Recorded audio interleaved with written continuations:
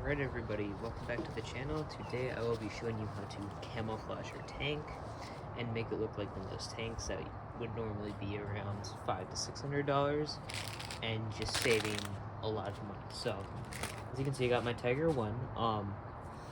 This is painted, so your normal Tiger 1's not going to look like this. I'll make a painting video on how I do my weathering and painting, but yeah, so what we're going to be doing is we're going to be mainly just putting camo on the front, just because of how much stuff is in the back. Like, the stug, I've only done the front because, you know, I don't think I've actually fully done body camo, but as you can see, like, there's all of this stuff, and it's pretty annoying to cover, so I'll mainly just do the turret and half the tank.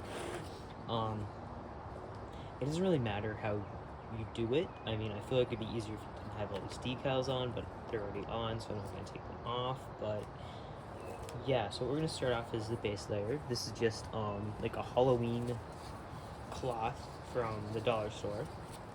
So what we're going to do is we're going to take this. We're going to take some of this, cut it up, and then you're going to want to use CA for this. And then for like the this fake moss, you're going to want to use hot glue. So what we're going to do is get a nice area, so about this much. And then what we're going to want to do is we're going to start cutting. So we're just going to cut in like a triangle, and then what we do from there, what we're going to do from there is we're going to like crop it to our liking, so then we can have a nice amount of cloth that looks nice on the tank but also isn't too big. So I have really bad scissors right now. I might go grab some different ones, but I just want to keep cutting. So like this.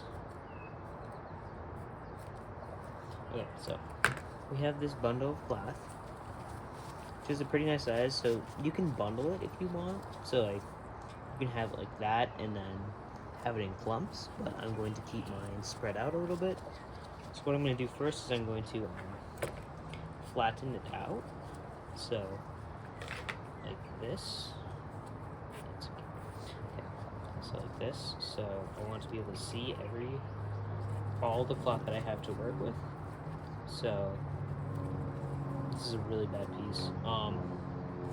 And then what you do is you lay it over. I'm gonna go grab a new scissor and I'll be back. Okay, so I've gotten my glue gun and then a nice pair of scissors.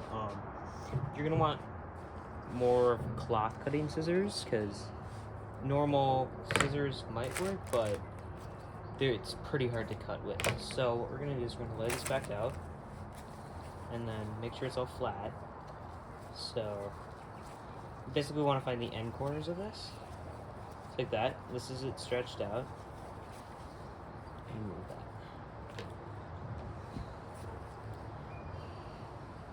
that. Okay, so now we have a nice layout of it.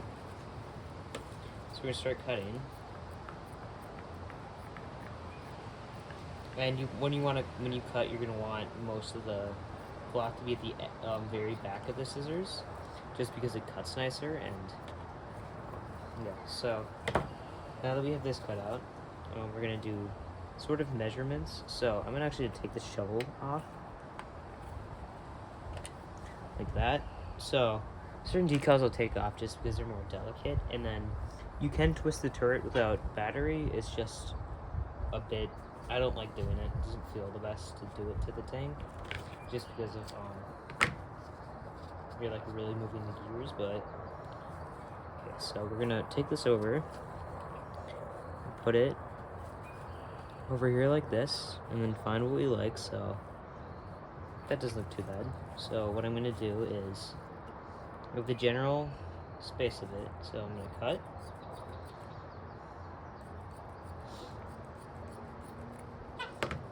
So we have this little piece, and then we're going to open it back up again, so it's nice and open. And then if this is the right size, which it should be, Yeah, that works. So now that I've found my size, I'm going to unbush this side because I don't like how bushy it is. That over. It's being very weird right now, but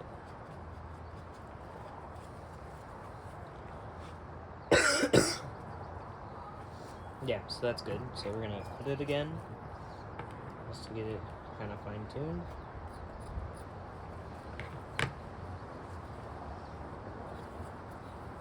Just like that. That looks nice. So what I'm gonna do is I'm gonna take CA glue, open it. Now mine, the cap got glued on, so I'm just gonna use a paintbrush. You can use CA glue and just do a couple drops, but for the purpose of this video, I'm gonna be using a little paintbrush so I can move it around a bit more. So once you got some glue on there, and also I highly advise you do this outside. CA glue isn't the best for you, and it's not right.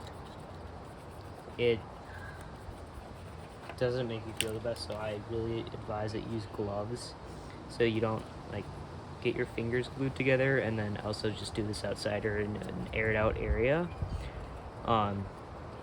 Just because you don't want this stuff like in you. It's not very good for you.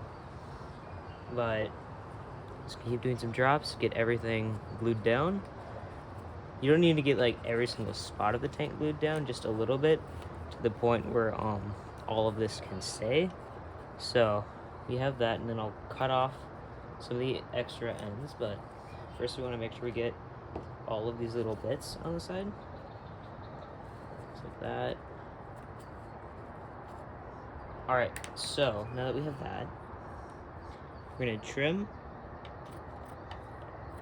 these pieces so there's no overhang, and then just get into the tracks. So as you can see, we have the front bushiness on. I'm going to put a tiny bit more glue up here. And then also be careful when you're doing this because you don't want it to get into the tracks. Because if this gets into the tracks, it's going to really glue everything together and mess it up. So I'm just going around being careful with what I'm doing. And then some places you're going to have to hold it just because of the angle that it's at. Or there's not, it's like a bad spot, so yeah, tiny bit more. Okay, so that's the front. Yeah, we gotta get this tiny spot here. Okay. So like this little piece would be good for like up here. So I'm gonna glue that up there. Also, if you get glue on your fingers or your gloves, it gets really like sticky, and then it gets whatever cloth you're using stuck on your gloves a lot. Just be mindful about that. So you also want to watch out for these hatches because that will permanently glue them shut. So I put a little too much on. Luckily, that's not the on and off hatch, so I'm going to leave that be. I'll probably make sure that it doesn't permanently stay shut, just because I'm adding different types of smoke, like shooting smoke systems to it, so I don't want that to be permanently glued shut. I want to be able to access that to be able to refill the glue.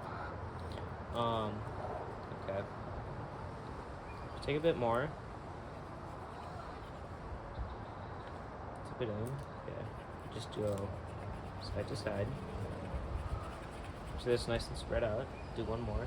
Also be very careful when you're up here, because if you get it into your elevation mechanism, that will be extremely hard to fix, and you might actually have to get an entire new gun piece, just from the fact that if that gets glued together, it can severely, like, I've accidentally CA'd a motor together in a plane, and I basically had to take apart the entire motor and then fix the shaft on it. So it's not a good idea to get that glued.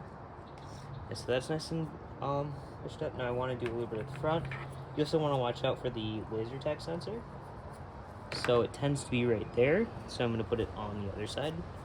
You can put it on that side, you just have to make sure that you don't put it over or your laser tag will not work. So, a little bit of that glue, rub it around, and then place it. That. And already we have a pretty nice like camo tank, because this one I wasn't sure how I was going to do it, just because of the tiger look, and you know, this one's not the green camo or green painted one, but it doesn't look the worst with the gray and the green.